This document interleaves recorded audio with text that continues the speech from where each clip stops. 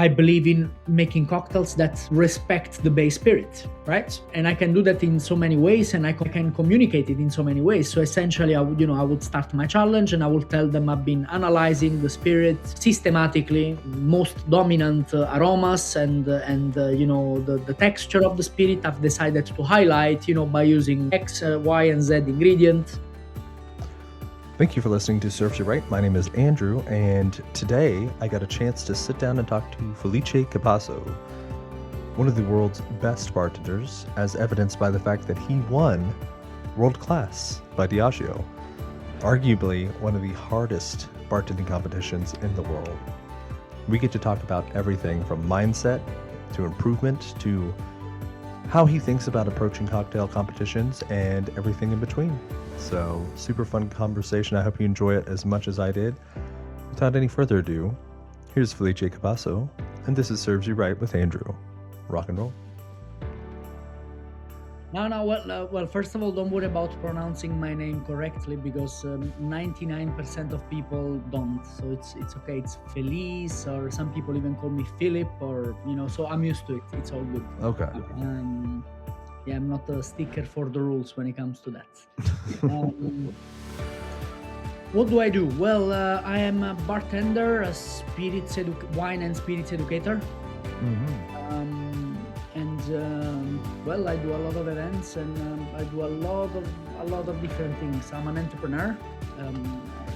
Run few businesses. I write as well. I have a page called the Spirits Journal, which is a Substack. If you're familiar with Substack. Yeah, it's a great Substack too. Very digestible, very easy, but like not dumbed down things. It's bite-sized, digestible tidbits that someone who works in the bar industry would want, kind of thing. Exactly, and it's for consumers. Well, the goal, it's called the Spirits Journal, and the goal with the Spirits Journal is to essentially make complicated informations accessible to anybody who is willing to understand them and just read them at the very least. Also for consumers, because I believe we live in a funny time where our industry is shifting. The dynamics within our industry are shifting a lot, and internally and also consumers as well. The way now they're much more aware of what quality looks like, compared to 20 years ago. So they will choose way more carefully where they go and spend their money and how they spend their money. So yes, I mean it's a funny time we're living in, and I see a raise in interests when it comes to spirits, and the process, the science, the craftsmanship, the art of making spirits. And that's why I started this page, and it's been super successful. I implemented a bit of AI at the beginning. Now we stopped the AI. We basically created an AI bot, a chat bot, where essentially, if you're subscribed to the page, you have access to it. You click a link and you can interact with the bot 24/7. You can ask it questions about spirit and The Spirits Journal bot. correct. Yeah, it's called the Spirits Assistant. Mm. And I think is a great time to do these kind of things. Use technology to essentially help consumers. In making more tailored and to a certain extent better choices as well. No, that's cool. Essentially to reduce the gap in between bartenders, bars, cocktails, spirits brands, and people, which is something we really need nowadays, because as I just said, as we're all aware, our industry is changing massively. So Yeah. And so, for the listener at home, because I just kind of let you go in there, Felice Capasso, my guest today. So a man by the moniker the Spirit Sommelier on Instagram, and probably at the intersection of more different trends than I could even count. Spirits competitions, international bar and international cocktail, just explosion. I'm looking for a better word there.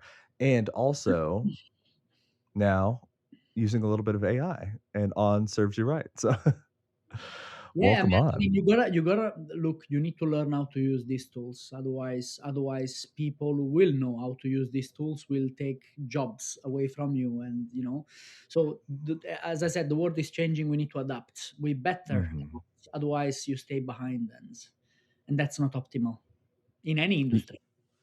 I agree, and, I did wanna bring up at some point, I think this is the perfect time. I found in researching you, your 4 words, and I find them so inspiring: learn, improve, inspire, repeat. And so I was hoping that you could unpack for us a little bit of what that means for you, and it's kind of along the theme of what you've been talking about already. Yeah, it's exactly. So it's sort of my life motto. When I opened, because I also run a WSET wine and spirits, education center. WSET, it's basically the Wine and Spirits Education Trust. For the ones who are not familiar with it, it's, in a few words, it's arguably the biggest wine and spirits and sake and beer sommelier education hub globally, or at least one of the most important.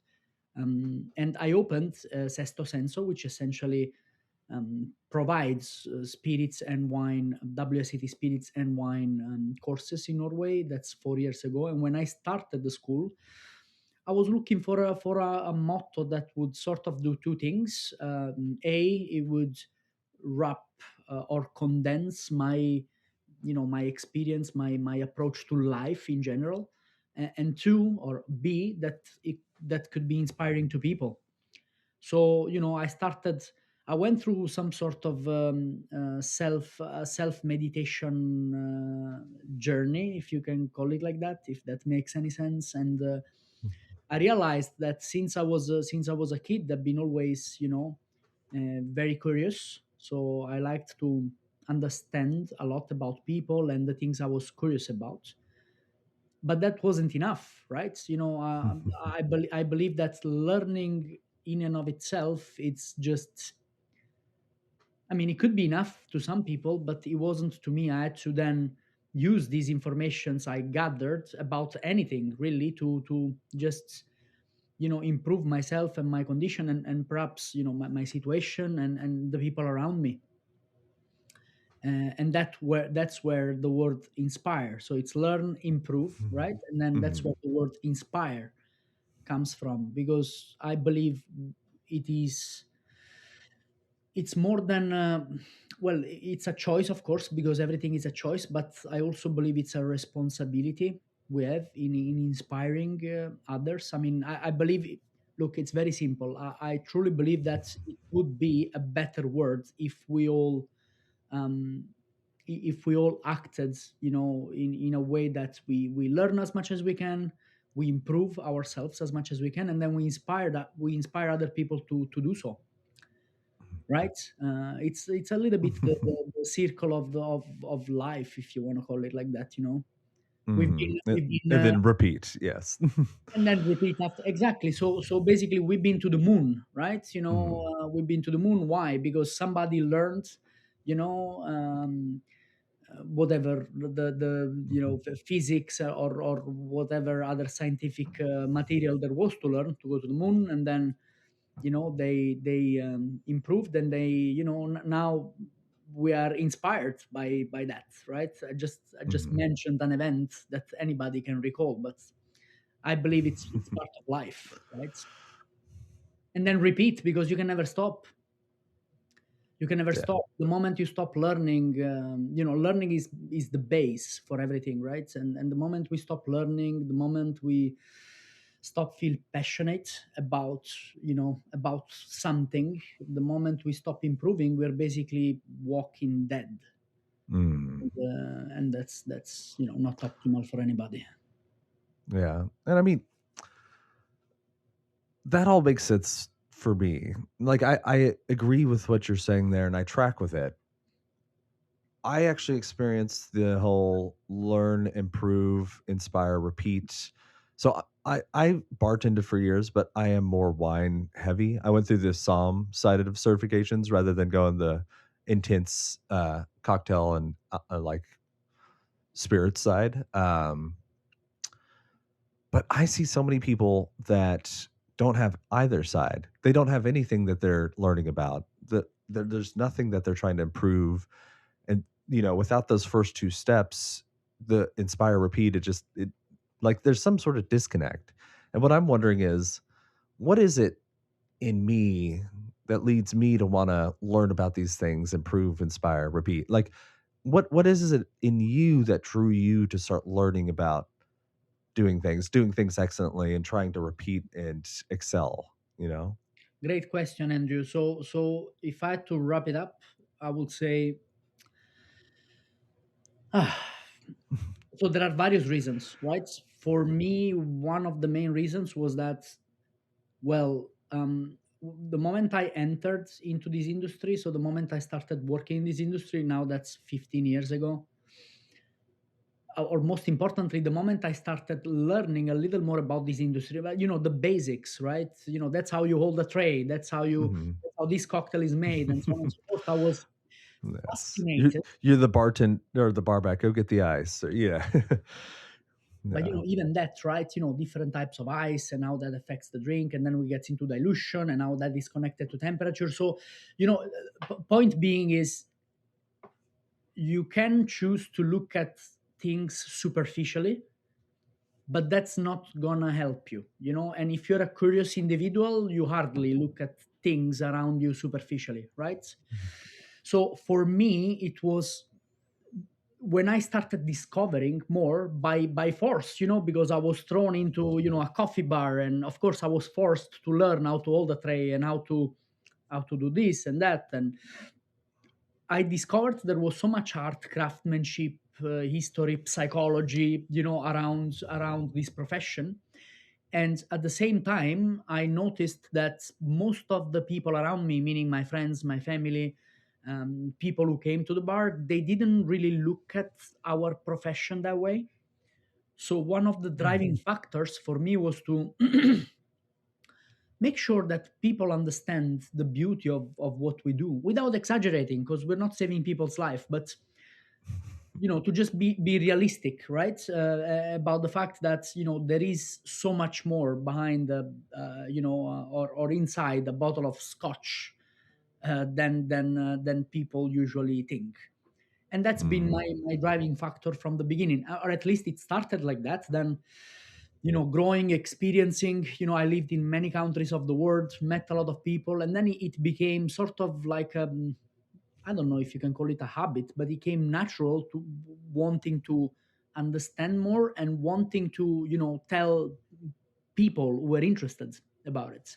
It just became, I don't know, part of who I am now, I guess. Mm. Yeah. And So the to big thing answer, I'm gonna. apologies if I cut you off. To answer to your Oh, question, no worries.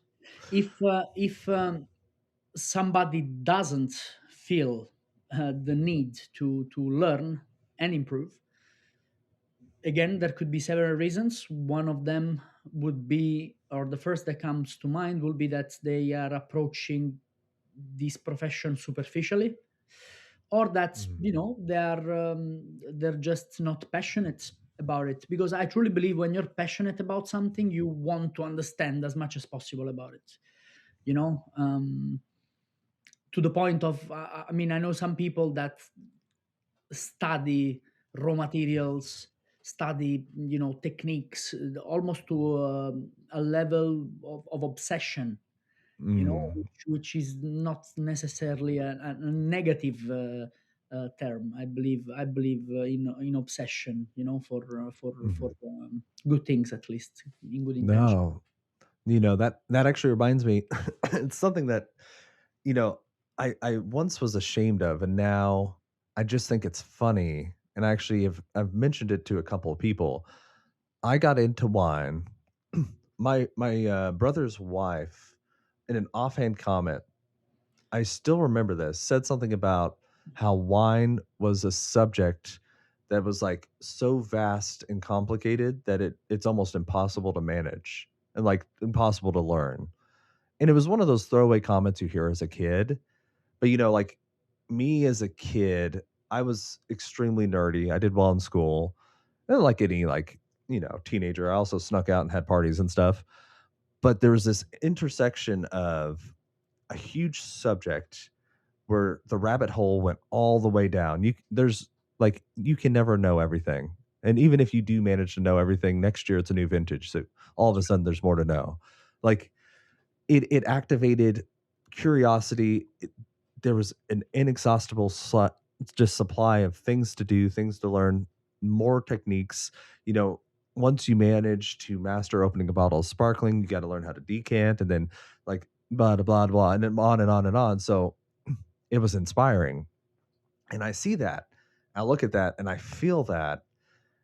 And I would say 99% of the people I talk to, especially when I talk to them about wine, they see that complexity and they see that endless just variation, and they don't experience it as something exciting and fascinating, but it's more of like a threat, or Mm. it's off-putting, and people stay away from wine because it's like, oh, that's a subject that's just mired in complexity. I don't want to touch that. And I feel like in the bar world, we get a little bit of that. You've got like your dive bar, just like tried and true. They open up beers, they pour shots, easy, simple, fast. Love those guys. I go and drink at their bars all the time, but they will never even put in the work to like make a Negroni. Where you also have the other side where they saw that there's all this complexity and all these different techniques, things to master, and they're like, double click on that. Let's go. You know? Mhm. And it sounds like you were the second type. I am, but Someone. I believe that there is a. So I'm from Napoli, from the south of Mhm. Italy, and in Napoli is the birthplace of pizza, right? And in Napoli, not many people know this, but there is a sort of a, well, in the past 5 6 years, there's been a massive debate in what type of pizza is the best pizza, and what type of, what style of pizza Oh should my be the gosh. dominant style of pizza. Because broadly speaking, there are two different types of pizzas, right? So there is, I mean, many differences between the two, but the biggest difference is the what's it called, the board, in on one. So the modern contemporary type of pizza, it's basically made of, a higher, a thicker, a board. And the more traditional one is which is, by the way, the thicker one, it's filled, it's not, when I say thick, I don't mean it's filled by dough, but it's filled by air, right? Because of the way it's fermented and the way it's cooked and so on. So it's, Mm. less, so it's higher, right? And then the traditional type of pizza has still a high board, but smaller, right? And it's usually bigger as well, right? Meaning wider. Now there is this debate on which pizza is the best, and of course you have this fight between, old pizza chefs and modern pizza chefs. And I sit there, and every time I hear these debates when I go there, and I sit there and I think, guys, it's like X million people living in this city. Why does one have to automatically exclude the other, right? Why can't they both live at the same time and just let people choose, Mm. what they want? And it's the same to, to what you were saying a minute ago. I accept that not everybody is as driven, and also because it's good for me. If everybody were to be driven, then the competition will be much higher, right? Mm. And on Yes, the that's a other good hand, point. on the other hand, I believe in the existence of dive bars, street bars, clubs, because these are different experiences, and it's totally fine, if people have a broader choice on where to spend their time and money, and that's just fine. Yeah. No, I mean, you make a good point. I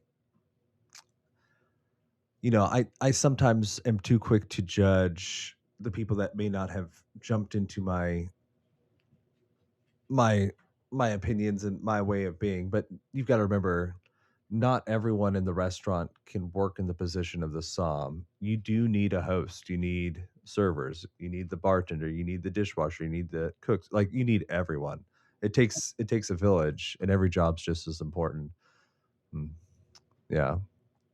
Absolutely, and So look, as an educator, I've been dealing with a lot of different types of people. I mean, I think what has it been now? 4 years I've had the school, more or less. I've been, oh Jesus, it's been, yeah, 4 years already. Jesus, 4 years. time flies. Anyways, I've been dealing with, I don't know, I've had maybe 700 students, 800 students, something like that, an average of 200 a year. And I've had all kinds of people, man. I've had the super nerdy, interested, obsessed, student, and I've had people who were just there because their boss paid, for them to be there, and they had to take it, not to upset their boss. They heard there were spirits there, so let's go. Yeah. Right, right, exactly. Like, Yeah. hey, in what way can I drink mezcal and tequila at 9 o'clock in the morning? And hey, let's go take this course. So bottom line is that it's fine. You need a variety of people, and also with time I learned that it's I cannot be arrogant to think that everybody has to think like me Mhm. on everything. It's totally fine, the way it is, also because it's something that it's out of my control to a certain extent. I mean, I can do my best to inspire people. I can do my best to try and change the way people view this industry, try and make them a bit more interested, and sometimes it works. Sometimes it works, but I always say the best I can do is to do my best, and then the rest, it's out of my control, it's out of my hands, right? Because Mm. I can't control people. And it's totally fine, totally fine. If you're enjoying this, please take a moment, share it with a friend that you think might actually enjoy it too. It'd mean the world for me, and that's really all I could ask of you. All right, right back into it. Yeah. Also because if you have to push somebody to love something or to be interested in something, then is it even worth it? It should come automatically, to the person, to wanting to behave in a certain way, or to learn certain things, or be interested in a certain topic. It should come automatically. If they don't have it in themselves, then in most cases it will just be a waste of time for me and for them. So Yeah. You can guide, you can support, you can't learn it for them. You definitely can't. exactly, and I don't Um, want to. yeah. You're busy. You got a lot of things going on. Yeah, I do want to make sure that I ask you about world class because I'm very Yes. fascinated. But I do have a quick question. So, especially like with Sesto Senso Academy, I've always I've looked into WSET some, and I feel like I'm always confused with it. Just seems like WSET is so much more fragmented than like kind of the straightforward nature of like the quartermaster psalms, where it's just like four levels, four grades. Is it because WSET has so many different paths, or am I just overcomplicating it? Like, can you help me understand WSET? I just feel like I am genuinely confused there. Absolutely, absolutely. So Yeah. WSET works on a structure which is based on the psychology of learning, really, Okay. or one of the many theories of communicating, one of the many theories of education, which, if I recall well, is the um, don't quote me on this, I might be wrong. It's been too many years since I've done my educator's course and exam, but it's the Bloom's pyramid of learning. Something, it's called something like that. Bloom, Mm, BLUM, or BLOOM. That was his name, something like this. All right. And I'll look this up. I'll make sure I get this into the show notes. So, Exactly, exactly. So which is basically it's essentially by taking a topic, right, and you divide the various factors that differentiate style and quality of that specific spirits category, for example, into three or four segments, right? So the first segment, which would represent the bottom of the pyramid, will be to know, right? You need to know facts. You need to know that yeah. tequila is made from blue agave. You just need to know that, right? Mhm. um, the second segment or part of it will be to understand. So at that point, you would need to understand what sort of aromas come with agave, and what's the difference between Highland agave and Valley agave, and Mm. essentially get a bit more into detail. And then there will How be does it differ now from Sotol, and how does it differ? Okay. Yeah. maybe not at this level yet, Maybe I'm but jumping ahead. Okay. Sorry. not Yeah. at this level yet, but it's basically to understand why a higher distillation strength or proof, as you call it in the US, results in a lower, so a higher distillation strength results in a lower aromatic intensity, or etc., etc., etc., factors like this. And then Okay. there is segment number three, which is which will be your level three. And at this point, you student should be able to know, understand, and to explain most things around this topic, right? So you should be able to explain, or to know, to understand, and to explain what kind of aromas come with blue agave, depending on where the agave comes from, how, again, these different production factors will shape the style and eventually the quality of tequila, for example. And then there is level four. That's only for wines. So that's a much more in depth. It's something I didn't do myself, but that's they call it diploma, and it's basically a much more in depth. For example, for in wines, that's when you study the different clones of the Chardonnay plant and the Chardonnay vine, and all the other vines, or all the other grape varieties. And so you get much more Mhm. into in depth into specific topic. And that's the MW. That's what it stands for, right? Master of Wine. Hmm. Okay, cool, cool. I No, wanted to no, make sure so I got. no, so apologies. Master of Wine comes after that. Oh, okay, got it. So you get your Essentially, W set 4, then MW. so Okay. if you go through the various levels, so you have your level one, your level two, your level three, your level four, which will be the diploma. Once you obtain your diploma, then you can join Master of Wine. Yeah. Hmm. Yeah, I don't know. The reason I it's mean, split into all would you these. describe it? It sounds good. Like followed what you were saying. The reason it's split into so many levels, I believe, is because they want to make sure there are bits and bobs for everybody. Meaning, if there is just an interested consumer who doesn't want to get a full-on, education, he doesn't want to learn about beiju or shochu, some of these Asian spirits, which have a relatively complex production process, but they just want to learn about the things they drink on a Friday night. Then they come and join, level one, or level two, right? So Mhm. because we do have a lot of, when I say we, I don't mean we as WSET Global, but me as a WSET, course provider. I have a lot of consumers as well joining. So um, and that's one of the reasons why I think they split it the way they split it, so people can choose. And if you want to get a full education, then you go through all the levels, right? And that takes a relatively long time. Yeah.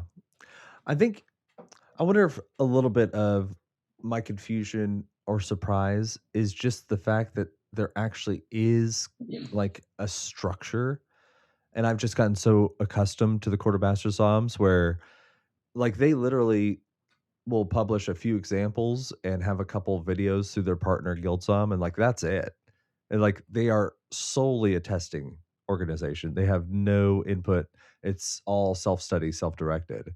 And so maybe I get confused just because I'm surprised at the the fact that someone actually has something for you. Yeah, well, I mean, look, it's different entities, you know. I'm sure Mhm, they have their own reasons as for why things are the way they are.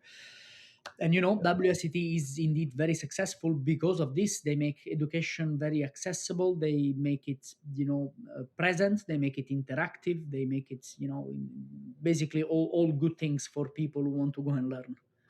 And there mhm. is a lot of freedom of choice, you know. So Yeah, again, I can choose to study, all the levels, or I can choose to just take a 1 2 3 days course, and just learn a bit more about the things I want to learn about, and then stop there.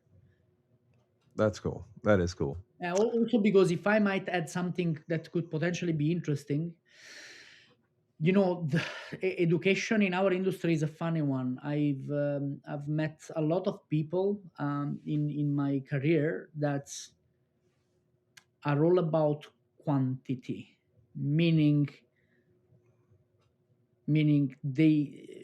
for example, I've had a few encounters, in bar shows and events like this, where I've met with people who were also educators, right? Maybe from a different entity, or they were just private educators, just seasoned bartenders who were doing tastings.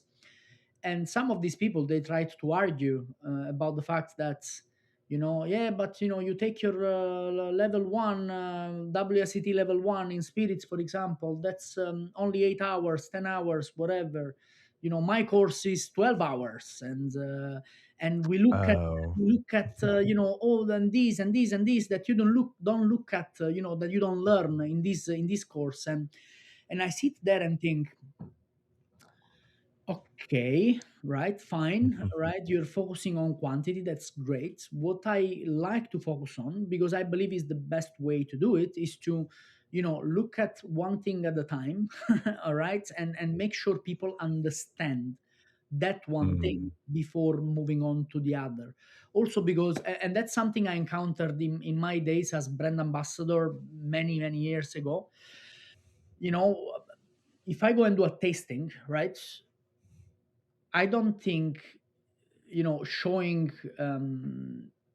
7 8 different spirits, and making people taste is 7 8 doing anyone a favor. Yes. in 1 hour, it's optimal, because by the time you get to sample number 7, people have already forgotten about sample number 2, right? So Mhm, what's the point, right?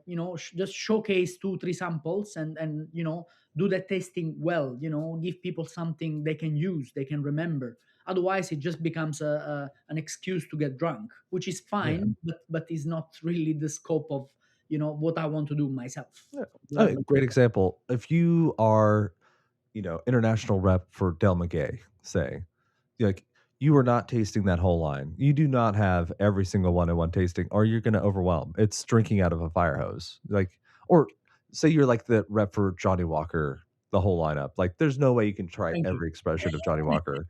Just no way.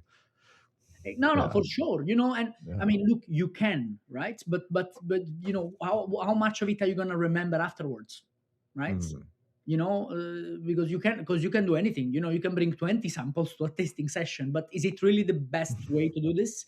It isn't. So, bottom line is, I think some people in this industry, they like to focus on quantity because they want to brag, because they want to, you know I don't know, because maybe they have no other way of providing value, probably, or but that's just an assumption. And some people focus on quality, meaning, one thing at a time, focus on one thing at a time, understand it, learn how to, you know, uh, to know it, to understand it, to explain it, and then move on. So you have a good mm. base, Well, right? I mean, quantity is useful in the sense that it is a metric that you can see and measure. Whereas it is hard to say, I did my presentation X well. Like there is no objective measure of quality. Because I mean, yes, I see your point, because if I Yeah. showcase 15 samples, and then I write my brand report to my brand manager or ambassador or whatever, then I can say, I look, showed all 15. Yeah. we had exactly. So we had a 1.5 hour session where they tasted 15 spirits. They tasted our whole portfolio, and they're all really happy. Sure, it could be measurable because you can tell them how many spirits they've tasted, but on the other hand, is there a unit of measure that can help you understand, that can help you measure, success in a tasting where you focus on quality? I think so. Mhm. You can perhaps, have a survey afterwards, where you ask things that were, covered during the session, and if people answer, a certain percentage of these questions correctly, then you achieved your goal, perhaps. Or you could, these kind of sessions can be, interactive, and you can ask questions, right? And I do this in my WSET courses a lot, is that, I would explain a concept, and then, I would continuously bring up this topic that I explained 10 minutes ago, an hour ago, 2 hours ago, and then I would bring it up again by connecting it with different things. That there is a way Mhm. to do No. things, also because when it comes to spirits production, it's so wide. uh, it's so wide that it's hard to lock it all to put it all in one box. However, there are certain base principles, right, that can be applied to most spirits categories. For instance, every, spirit starts with a raw material that contains some sort of carbohydrate source, right? So now that Mhm. carbohydrate source can be either simple or complex carbohydrates, for example starch, right? And that can be applied to every spirits category. So once you explain that, if your raw material contains mostly, fermentable sugars, therefore it can be, these sugars can be consumed by the yeast directly. Um, and on the other hand, complex carbohydrates which contain, starch, and therefore starch needs to Mhm. go through a process called We conversion we got before. to do something there. Yeah. Because, and then you explain these concepts, and then when you go and look at spirits categories, you can bring these things up, when you again look at agave spirits. And all right, guys, so agave, what kind of carbohydrates or what kind of sugars do we find in agave? Are we looking at simple or complex carbohydrates? And then they answer, right? And you have an Mhm. interaction, and you see if people are actually, if they remember things. So I think there is a way to do things, right? Yeah, yeah. I don't know First if of it's not all, making any sense, but I think if you're going to use simple or complex carbohydrates, I think agave is the best example because it is like the most complex. How hard it is to get just a tiny little bit of that agua miel is the fact that anyone ever figured it out blows my mind every time I see them doing that. Um, but I do think that you are right in that you can have metrics. You can find metrics to see whether or not you are successful in your goal. But the problem with relying on surveys, relying on interaction, it almost feels they can be scary. manipulated.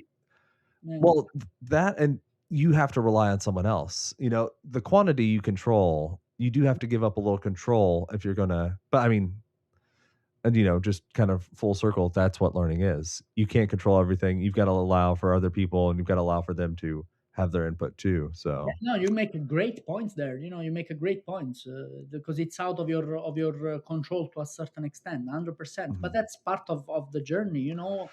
Seeing how you can improve. As I think it's good that it is the way it is, because it pushes you to, like, why are they not understanding, starch conversion? Am I explaining this wrong, or are they just not interested, or is my tone of voice too high, or what is it, right? And then you Mhm. self-analyze, and you find better ways to do things, or at least you do your best, right, to improve, which is Yes, important. yes. Oh man, it's like every single pre-shift. But anyways, Hmm. world class. World Can class, you tell yes. us the story of how you got into world class? Yeah. So phew, okay. So I've been wanting to join world class many years. Actually, I lived in several countries: UAE, Australia, Spain, UK, and then Norway, of course. Well, I removed Italy by default because Obviously, You were born there. I was Yeah. born and raised there. Um, but I've been wanting to join world class for many years. However, every single year, since I was young, 21, 22, 23, I always had, you know, a higher, head bartender or bar manager or whatever. And That deadline sneaks up on you. It does. so I always had a lot to do, Mhm. and work class takes time. So I always found excuses not to participate, Mhm. to myself. I was like, yeah, but I'm too busy now. I'm too busy now. I'm too busy now. And then one day I just woke up and said, you know what? I've been using the same excuse for 10 years now, and now I'm 10 years older, and I've never done this thing that I really wanted to do. I'm like, if I keep making excuses, I'm never going to participate. And also, until I understand that I have to make time for it if I want to do it, then if I don't do that, I will never have time. As simple as that. So I joined in 2024 for the very first time in Norway. The global finals were held in Shanghai, and I was completely new. It was my first competition after maybe, yeah, 7 8 years, something like this. Because what's fun is that prior to that, I was judging competitions, locally here. And then I Mhm. decided to participate. I was like, you know what, let's risk it. What have I got to lose? A bit of reputation, if I don't make it, and so what? I'll gain the reputation again. Sometimes we're just scared, and I think fear is, we're scared of not looking good enough, or we're scared of not being good enough, or we're scared of whatever it is. And I felt that as well, and that's why I joined, because I sort of sit down and I self-analyzed, and I looked at myself in a mirror and I said, are you really afraid of this? That's not good. You can't be afraid of this. And that's why I went on to do it, you know um, and I joined in 2024 national finals, won the national finals. Lots of great bartenders participating. In fact, I didn't win by much, and I went to Shanghai, and in between the moment you win your national finals and your journey to the global finals, that's very intense. It's intense from the beginning, but especially Mhm. in that period, because you're preparing, to go and compete against some of the best bartenders in the world. You're competing, like, world class is the bartenders competition for a reason. Yeah. Now, I wonder if you don't mind, I just for the listener at home, because I feel like a lot of people listening, maybe they've seen it, and for there's definitely some people that haven't seen it in America. It just isn't as big, I think, as in Europe. Okay. Like, what does it take to win the national finals? What did it take, like, for you to get to Mm. that level? That depends on the country. It really Mhm. depends on the country. Depends on the year, because every year the judges change. It depends on the child. It depends on, there are so many variables. It's hard to, Mm, to put it all in the same box. mm. Well, maybe just for you But in your year. yeah, so I can tell you for me, right? And I can tell you generally speaking as well what I think you need to do. So Mhm. first of all, you need to understand what you're dealing with, right? So again, there are so many aspects. Aspect number one: what kind of challenge do I have, or challenges? Because in most cases, is more than one. How do I approach this challenge? How you approach, because essentially they send you a brief, right, with the scoring criterias. And the very first step to win world class, I think, is to read these criterias well, to understand what they're looking for, in this challenge. Because it's written all there. How to win it, it's written there, right? It's not short though. It's not No, short no, at not all. at all. And it's not Yeah. supposed to be. It's not supposed to be, but it's Mhm. written there, right? So to Mhm. analyze the scoring system, and realize how you can essentially make sure that you lose fewer points as possible, right? That you gain as much as possible. That's one thing. The other thing is, you need to No, you need to know, because in most cases they will tell you who the judges are prior, to the competition day. So you need to understand who the judges are, and because in most cases, at least some of the judges who will be judging you during your national finals, it will be local bartenders, local people, so people that you know, or at least you've heard of, right? So understand who will be judging you, what do they drink, what kind of palate they have, what are the things they appreciate in a professional, and try to showcase that.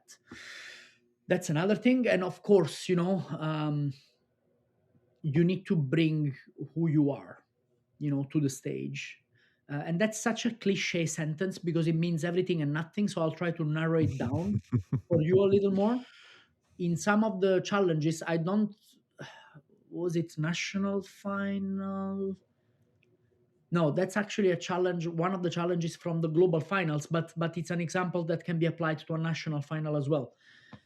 When I say bring yourself to the stage, I mean, so for each challenge, try and tell them a bit of who you are. I'll give you an example. I'm vegan. I've been vegan for 4 years.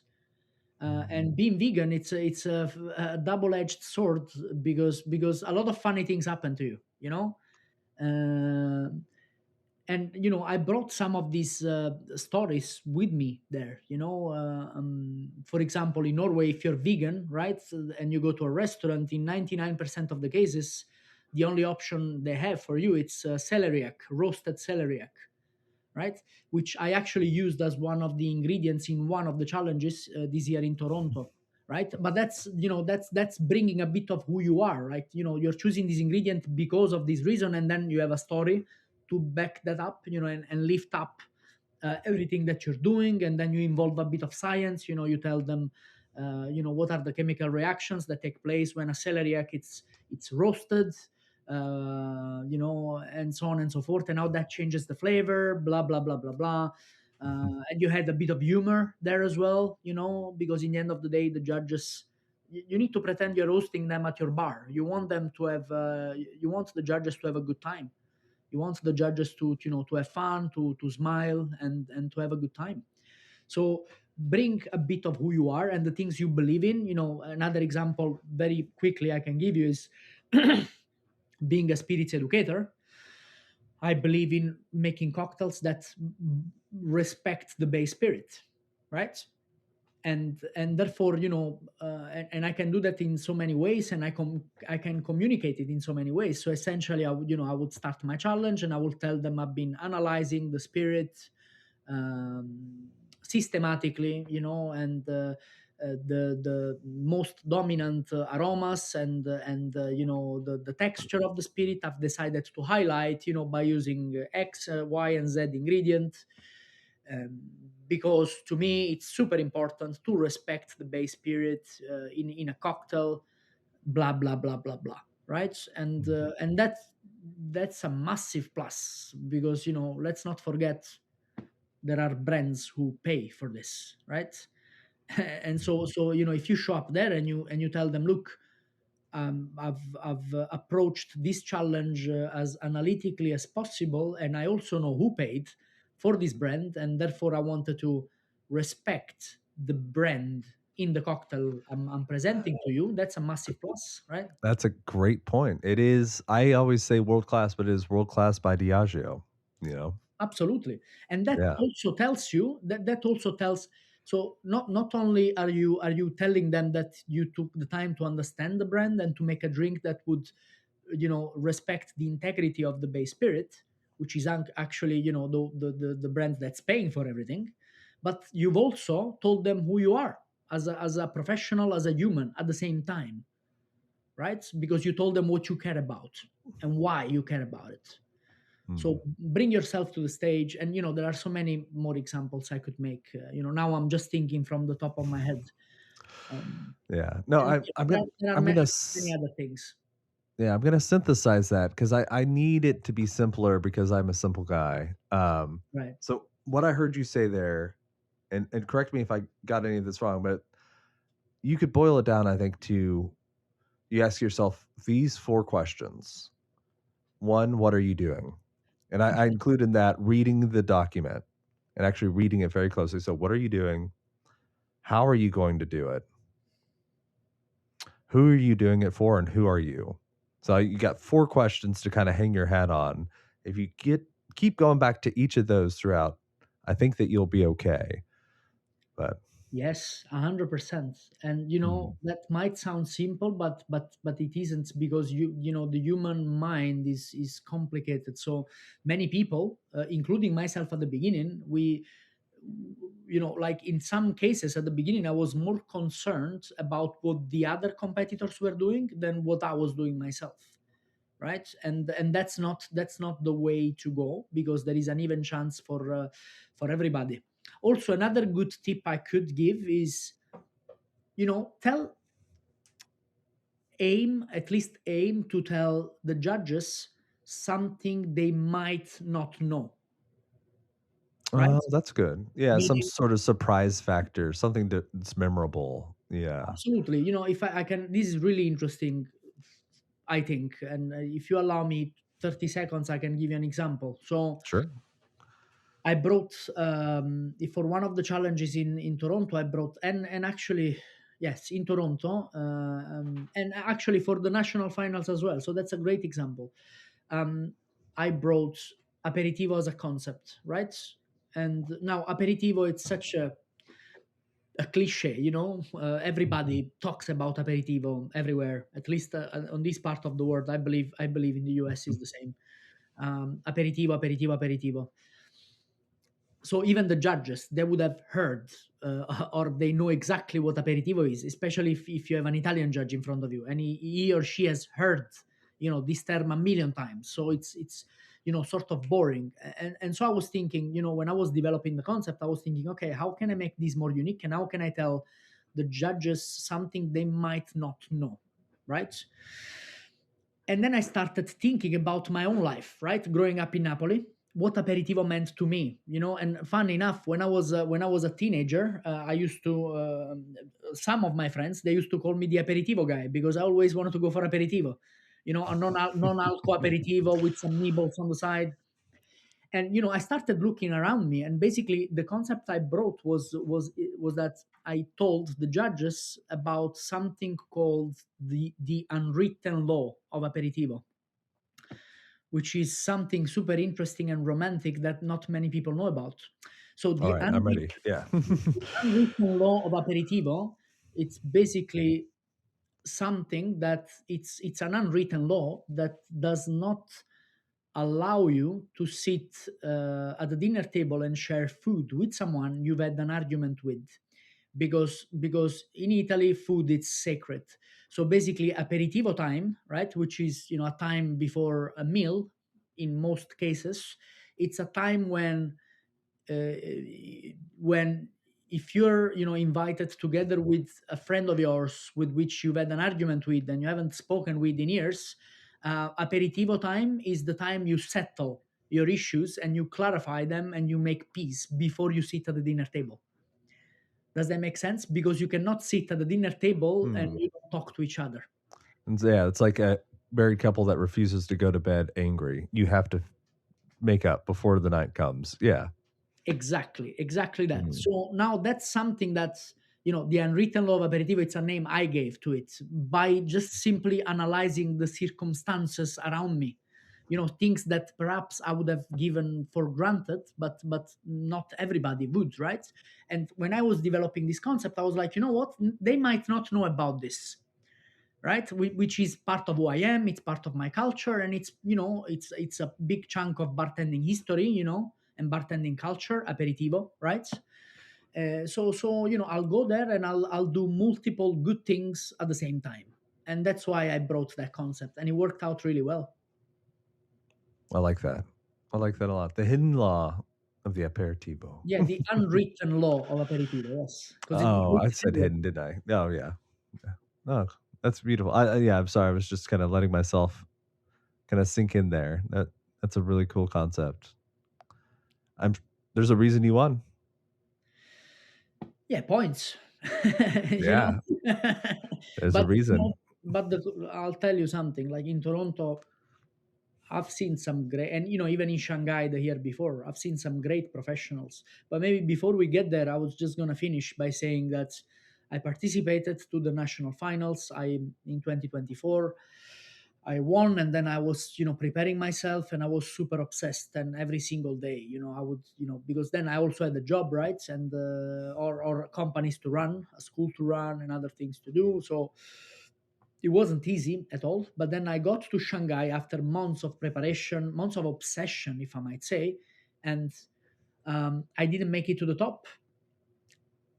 I didn't make it to the top, and as soon as on my flight back to Shanghai, I basically asked my local Diageo representatives if I could participate again the year after, because I was like, I can do this. I've seen it now, I've experienced it, I can do this. And everybody told me, don't do it. Everybody, because it's just a crazy thing to do, to go there 2 years in a row. It's just crazy. Your mental health goes to where, and because it's tough. It's a long journey, it's tough. And but I was like, you know what, I have to do it. I have to do it because I don't know, something inside of me told me to. And it worked out really well. In the end, I'm glad I did it. But during the preparation, I regretted joining the second year in a row. I'm not gonna lie. I was like, why am I doing this, man? Oh yeah. But it turned out to be life-changing in the end. So Felice Capasso, everyone. Learn, improve, inspire, repeat. So Felice, for the listener at home who may want to learn more about you, find out more, follow what you do, read your work, how could someone find you online? I believe if they just type my name on Google, they'll get to my website, which will then channel them to wherever they want to go. So my Instagram handle is Felice at Felice_Spirit Sommelier. The school is called Sesto Senso Spirits Academy, or Sesto Senso Academy, which means sixth sense. Or my platform, online educational platform, which is or my online publication, if you want to call it like that, it's the Spirits Journal. Awesome. And for anyone who is at home listening and didn't have the ability to write that down, I will have that in the show notes. Felice, it was an honor to get to talk to you. It was really fantastic. My honor. Thank you so much. I hope I was not boring. No. I hope people can understand my accent. No. I hope people can understand mine too. So. No. Yours is easy, man. Native language, With mine, I still, after 13 years of speaking English, I still sound like Tony Soprano sometimes. Yeah, well, hey, meet me in your home country where you're born. We'll eat some pizza, and you can make fun of my Italian accent. So that'll be good. Thanks, man. Thank you so much. And thank you again for listening to Serves You Right. Episodes of this show come out every Tuesday and Thursday. If you have not had a chance, please go and check out the website, servesyouRightPod.com. You can find all past episodes and a contact form in case you need to get in touch with me. And soon, so much more. All right, that's about it. Thank you.